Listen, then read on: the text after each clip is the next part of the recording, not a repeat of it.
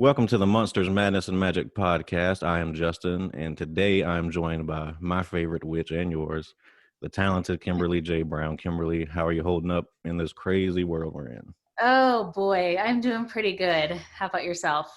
Uh, I'm doing pretty good right now. So, That's good. You take I think if anything this year shows us you take all the small wins as they come, enjoy the little It's, things, yeah, it's the steps as you go and not necessarily the whole enchilada at once. most definitely. So, you started out by adding in commercials when you were 5. You were Hmm. making history on Broadway by the age of 9. By 11, you had Emmy nominations, and that's how already you've got a resume in the first dozen or so years of your life that most would give a career for. Do you remember those days? What sparked you wanting to pursue an acting career? I remember those days very vividly. I My parents put me in a class when I was like 5 years old, kind of like a performing arts thing as sort of an avenue to explore just having fun in that area because I had several imaginary friends growing up. I was always playing dress up and Hmm. planning things and scenarios around my house. So they put me in it just to kind of be able to perform and get it out, I guess. And I think the story goes that some talent people from New York came down and saw the class or something, and I was one of the few, if only, like people they recommended if I ever wanted to try acting professionally in New York that they would recommend. Right. And so we kind of gave it a shot. It was not, initially the goal when joining the class, but I so we started driving to New York. I was in Maryland at the time, and as soon as I gave it a shot and started trying it, I was completely in love with it. And I can remember being on stage on Broadway at like 7 years old, Wow. just going like, "This is the best thing ever!" Like I never want to not do this. This is awesome. Have you worked on Broadway or theater much since those days? Well, I know COVID's currently got things tied up, but recently ish.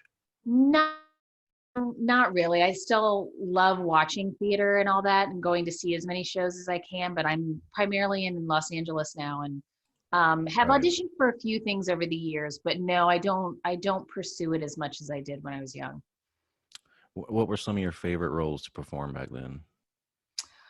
Well, Les Mis is I think will always be my favorite musical. Hmm. It's just incredible. And uh, I just remember so many experiences there. And one of my best friends that I worked with in the show is still my best friend today. So it's Oh, like I that's have such good awesome. memories. Um, but I also Showboat was really fun too. I actually still have really good family friends from that show too. And so it was kind of like my version almost of like a public school in a sense, where you Yeah. kind of grow up and keep your friends. But um and then there's been other shows that I've seen like Wicked and just other great Broadway shows. But I think Les Mis will always be my number one. Um, Now, is your preparation any different as an actress from doing a live stage performance as opposed to being on screen? Definitely. I think depending medium you're in, you have to prep maybe a little bit differently. I mean, with film and TV, you get to explore a character's life so much more in depth than you do on stage. Yeah. And you can certainly do the same exploration, but film and TV is a much, slower. You can spend sometimes 2 to 3 months with a character really diving Right. in different scenes and different aspects. Whereas theater, you kind of have to dive in all at once to get the big picture because then you're performing, a bigger summation all, every Yeah. night. But it's so great doing it in front of a live audience because people just everybody responds differently to different material. So, but it's a lot of fun getting that immediate feedback, and then it's just a different kind of thing to then see it on screen and you just play with it differently, I guess is the best way to put it. Yeah. Yeah. I could see that. It's always fun talking to people who grew up in the industry that had positive experiences, because that Mhm. doesn't seem to be the case a lot of the times. Do you attribute that to your parents being very hands on? Like, were they always traveling with you? And Absolutely. And there was always just a I guess I want to say like a general agreement sort of thing, that if like I ever didn't like it or was not wanting to do it, that there was no pressure, and that, you know, I could say stop at any time. And there was Mm-hmm. always an attention put to other activities in my life, you know, as much as we could squeeze in, because I was like, let's go, you know, I never wanted to leave set. I loved it so much, but there was always, I did community sports and other activities, and just they tried to make sure that we, you know, gave as much importance as we could to being a kid Right. aside from working as well. But that I genuinely didn't want to be anywhere else. Like that was, I thrived on a set. I fell in love with it, and just loved the idea of escaping and being somebody else for a little while. So they would, I so appreciate that option was always there, but I think it was very clear that I was completely hooked. Yeah. And that comes off on the screen. You know, you seem to be enjoying yourself as Marnie, you know, if that makes sense. Thank you. So correct me if I'm wrong. I see your first television credit is listed as The Babysitters Club, and that's shortly after you started commercials. I think, yeah, that was a couple of years. I think I did that when I was 6 or 7. But yeah, that was the show they used to have, because now, you know, there's a new one obviously, but yeah, that was, and that was so exciting for me to get, because I was such a huge Babysitters Club fan. Like I loved the books when I was a Yeah. kid. How did that process ramp up so fast from where you went to commercials and now you're on the television screen in such a short amount of time? It just was about, I mean, it was just different auditions. And I mean, as I don't remember like how the agent thing and all that came about in much detail, because I was so young, but it just, you would get auditions for different kinds of projects. Right. And so it was just a matter of, you know, what started to work at you know, at what time. Around the same time you were cast in Halloweentown, you got A Bug's Life, which is another one of my Mm-hmm. favorite childhood films. What did you record in that one? I didn't see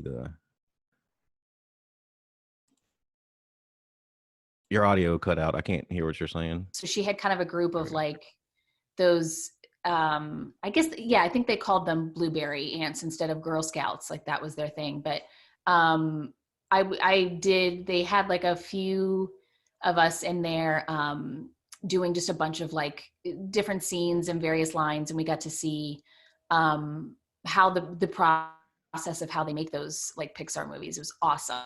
Like Wow, a lot of the film wasn't even done yet. So we got to see like a lot of the original drawings and stuff like that for the characters. It was really cool. that is cool. So we've already you had voice acting, stage acting, soap operas, television. That's all before your first movie, right? Am I right with that? Yeah, I had done some smaller stuff before then, but Halloweentown and Tumbleweeds, I shot them the same summer back to back, and those were like my first, like those were like my big, you know, leading roles in bigger Gotcha. films. Would you say that diversity of acting experience at such a young age kind of just helped you prepare for your lead roles to come?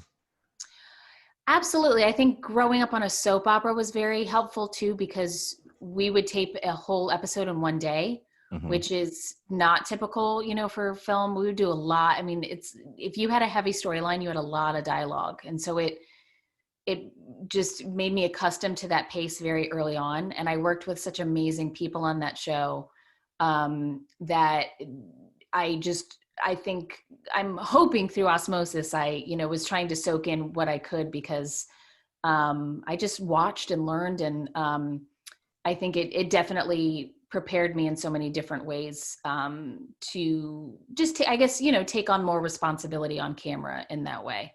Right. So when Halloween Town finally comes to be, or when you get the role, did you have a childlike awe of Disney at all when you get cast as that role? Did you like think Oh, about Snow White and Cinderella and every other movie you've ever seen? oh yeah, I mean the you know, the OG animated Disney films were my life when I was young. You know, you had the Right. VHSs and the puffy plastic, you know, cases, and I would watch those things religiously because we didn't have, you know, DVRs and like the with, you know, different world then. But Oh yeah. Beauty and the Beast was, you know, always my favorite, and Little Mermaid, and so yeah, I was thrilled to do something for Disney, and also thrilled to to get the opportunity to play a teenage witch. Like that kind of project doesn't come along very often, so that was really exciting to me too. Right. And you already had an imaginary friend when you were younger, you said. So Yes, you're already yeah. you were getting towards the magical aspect anyway. Yeah, yeah, totally. Just a few years before Halloween Town, Disney they hit it big with Hocus Pocus, and that's another just magic tapping into the imagination type deal. Would you say that has a lot to do with the success of those films because they're targeted towards kids? I mean, kids just love magic and imaginary friends and witches, and for some reason, Yeah, and I think, the idea of Halloween certainly encompasses all of that. I think that's why I loved Halloween so much as a kid, because you got to dress up as whoever you wanted and go get candy for for a night. Like, who wouldn't love that? But I think that whole I don't know, I think Halloween then wasn't also quite what it is now. I feel like now it's become so much more of like a mainstream holiday, like yeah, definitely, more like Christmas, where there's more decor in the stores, and I mean, people go all out for it almost as much as Christmas now. And so yeah. I think, as a kid, like for us to see that on screen, and certainly with Halloweentown to have a whole place dedicated to it, um I just think it plays on all of our it lets us run wild with our imagination. And so that was certainly the appeal for me in getting to do it, was like, oh my gosh, like this, Hmm. what if this was a real place? That's, so cool. I feel like you just said it, so I'm gonna go ahead and go there. That's a missed opportunity by Disney. They should have like a seasonal Halloween Town attraction, and I think it would do really great for them. But I don't understand That why that would be hasn't really happened. cool. I'm a big Disneyland fan, so yeah, that would be really cool. So I'd say movies like Halloween Town from the '90s tap into those same veins of nostalgia, like '80s kids would say the Goonies or Mhm. Explorers and stuff like that. What are some of those movies for you personally? I loved Your Good Pumpkin, Charlie Brown, when I was young. Like that always signified the start of fall for me. Hmm. Um, Double Double Toil and Trouble with the Olsen Yeah, twins was yeah. like, that was my jam. I loved that movie. I certainly loved Goonies too. Like there was some of those movies that, like I said, we didn't have as many options as people do now, and so you had to rely on a lot of those that just made you feel happy. And so a lot of the, different VHSs and stuff would get watched a lot, Yeah. because they would bring you like that familiarity and that level of like joy and comfort. So how does it feel knowing that you have a movie that's on that list for people, and that's how they feel about Halloween Town?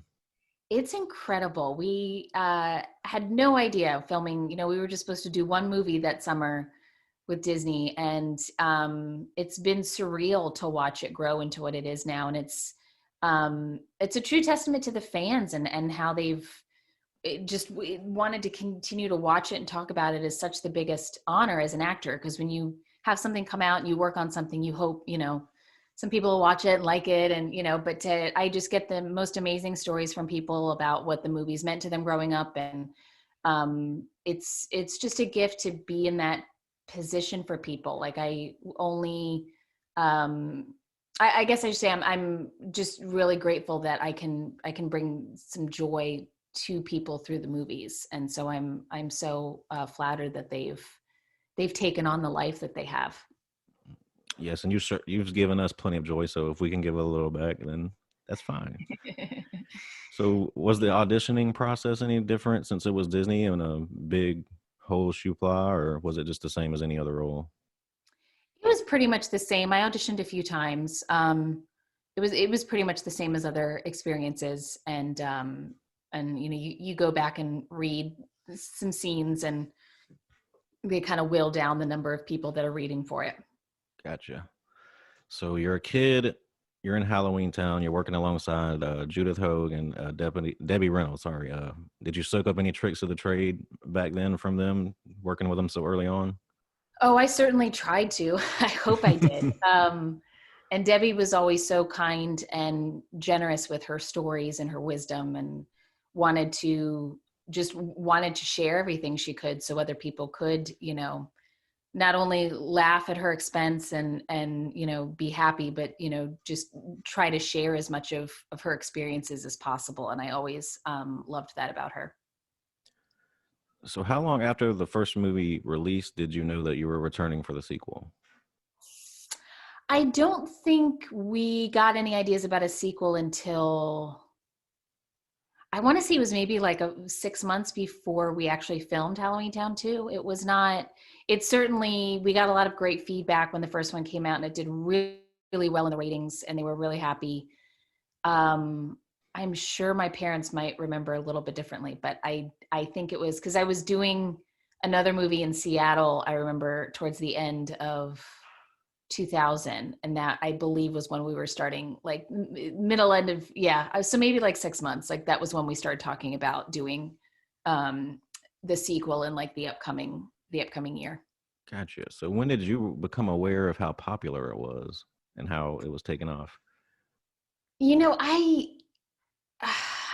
guess around that time. I mean, it was, Disney Channel was also slowly rolling out to more markets as the movies came out. Like Disney Channel wasn't like a mainstay cable channel when the first Halloweentown came out either. So it was sort of a gradual thing, I think. Even like after I did Quince for them years later, like I remember they flew us to New York for some event because I think they were celebrating Disney Channel coming to Time Warner in New York. So it was definitely a gradual thing, and certainly,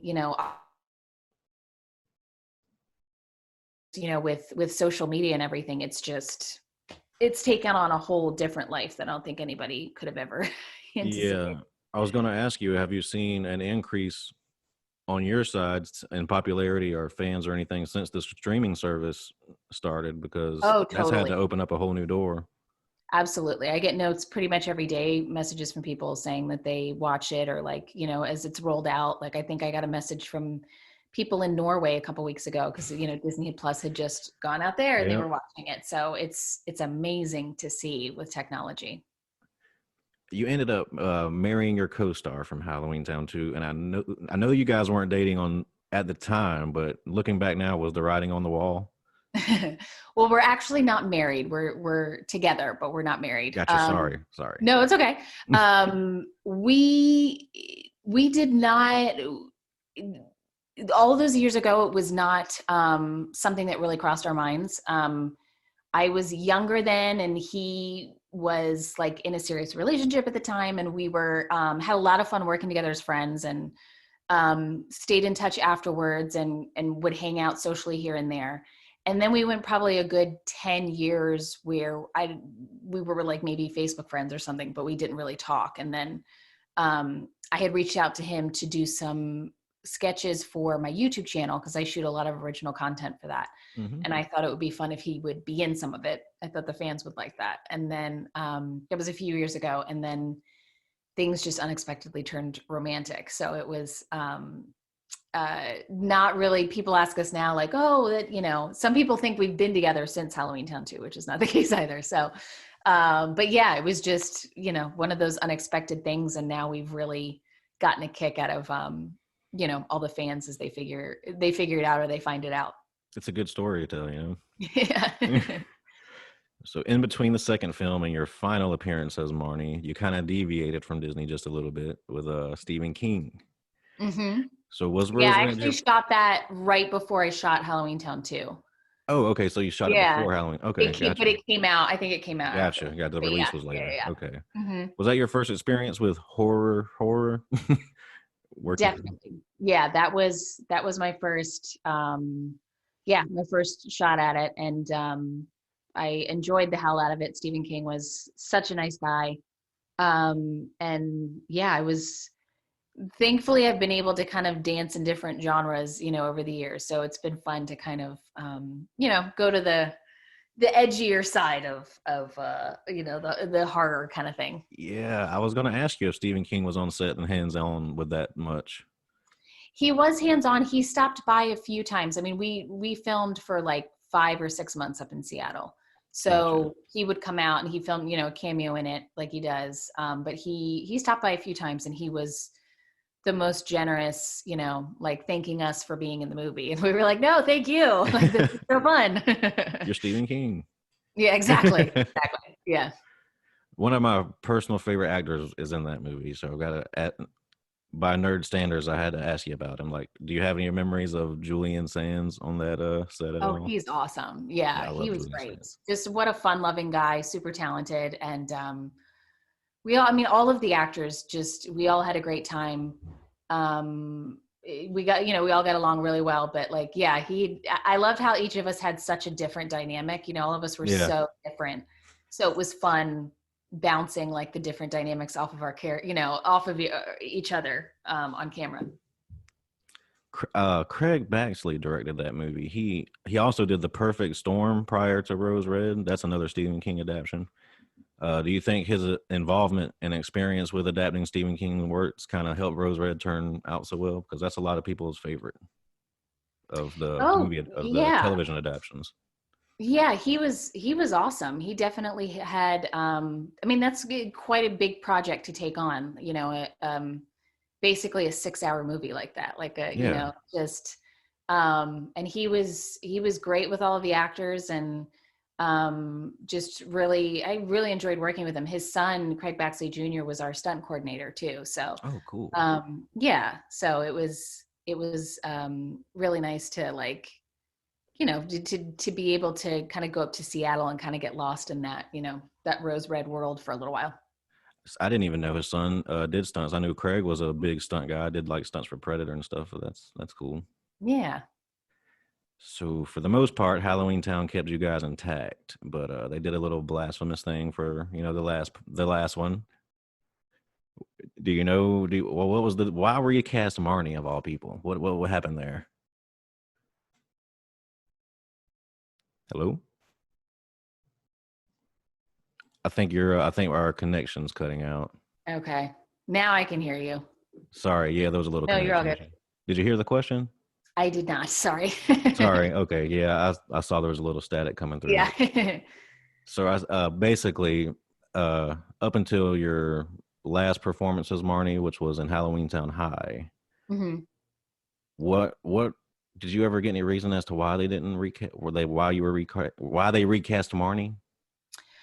No, it was just kind of one of those things that happen in a business like this. Like there's been so many crazy things that have happened to me and a lot of, my friends that are in the business over the years. And so it just was one of those things that I had to chalk up to, to being in a crazy business. Yeah.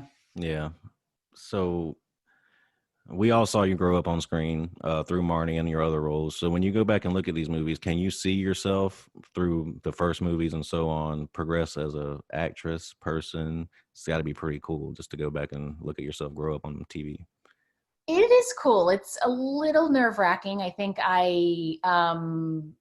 certainly as a teenager and as a kid, you go through all of your awkward phases and everything in front of everybody. Yeah. So that has been always interesting to go back and see. I'm so grateful that I was able to continue to work and still do. Like I'm so blessed every day to like still love this so much and to have felt so just so deeply touched by it over the years. And I think it's not my favorite thing to watch myself because I think it's just hard to do, like, Yeah. in general. But it is so fun to sometimes go and sit and watch a scene or two and just have all those memories come flooding back and kind of go, wow, yeah, that is me. Like it's a cool thing. Another movie of yours that I'm a fan of is Bringing Down the House. Oh, Uh, thank you. how how was the set experience differing from Stephen King and then you're working with Steve Martin and Queen Latifah? Oh, that was amazing. That was like certainly I had to pinch myself all the time. I was such a fan of Steve's ahead of time, and they were both so great and so ingratiating. We just had an amazing cast in that movie. Eugene Levy and Jean Smart, and I was thrilled to work with Betty White because I loved her so much in Golden Girls, of course. But it just like when they kept signing people onto the movie, it was like, wait, who's going to be in it now? Joan Plowright just signed on, like. So it was just an amazing experience. And if I can say so, like objectively as an audience member, I love what they did with the movie. I thought it was, I enjoyed it as an observer too. I genuinely still laugh when I see it. I was gonna ask, which one would you say that's your favorite role personally, to sit down and casually watch if you had to watch them casually just to enjoy them? Um, I mean, that definitely would be. I haven't seen it in the longest time. Tumbleweeds was also a film that was very near and dear to my heart. And I recently sat and watched that with Daniel. I guess it was actually a couple of years ago now. He had never seen it. And I was like, oh, I haven't seen it in a while. And so that was fun to watch again. But yeah, all of them have great moments and different things that I learned and stuff attached to them. So it's kind of crazy to have like your life on screen in a different way to be able to go and Yeah, reference when you want to. that's crazy. I couldn't even imagine. So I saw an interview of yours some time ago where you said that you were slowly teaching yourself guitar. So what's that progress at now? It's still very slow. I do it for fun.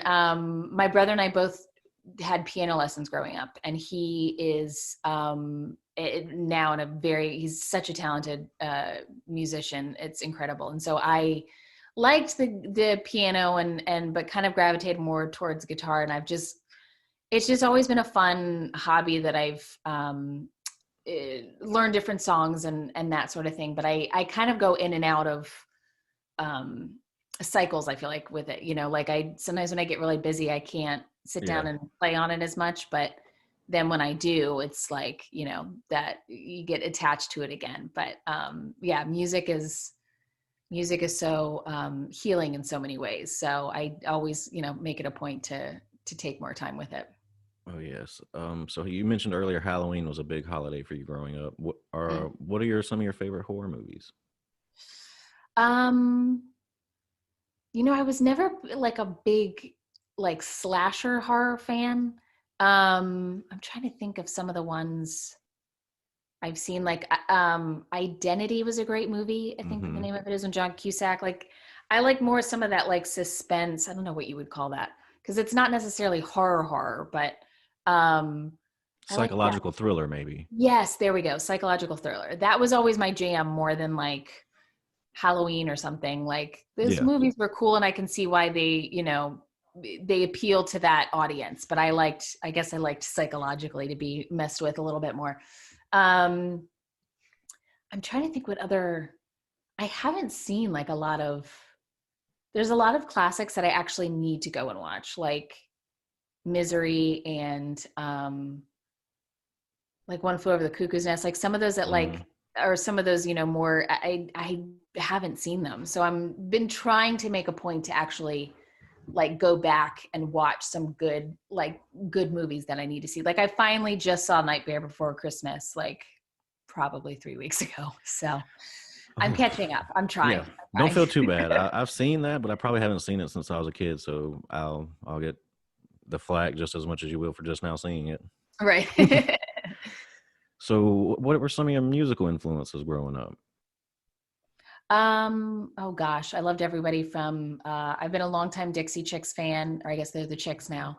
Um, Kelly Clarkson, Alicia Keys, James Morrison, who's a British artist. Like I always all over the place. So I Mhm. kind of like a little bit from all the different genres. It depends on what mood you're in and what, feeds your soul in that way, that day kind of thing. All right. So, do you have any projects you're currently working on? Anything on the horizon? I have a film that we were supposed to shoot a few months ago it's a horror sci-fi comedy. And we had to push because of COVID, which is a bummer. So we're working hard and kind of, seeing what they're doing with production and everything. And hopefully that will get back up, early mid next year. And then I'm a part of the Hallmark Movies and Mysteries movie series, the Crossword Mystery series. I did one of the movies in the series last year, and I'm hopefully going to be coming back for one of those sometime soon. So it's everybody's kind of like trepidatiously, getting some stuff back and kind of seeing, what happens with the world. Yeah, I was gonna say I know there's no cons on the horizon anytime soon. Whether I know there's cons, but they're very restrictive right now. Yeah, I think they're trying to get some going for like spring of next year and kind of seeing, Have there been any what happens. official Halloweentown reunions at a con or I can't think I've seen any. Not at a con. We went back to St. Helens where they shot the first Halloweentown a couple Hmm. years ago for the 20th anniversary, and the whole cast reunited there. We hadn't seen like all been together since we filmed. So that was really cool.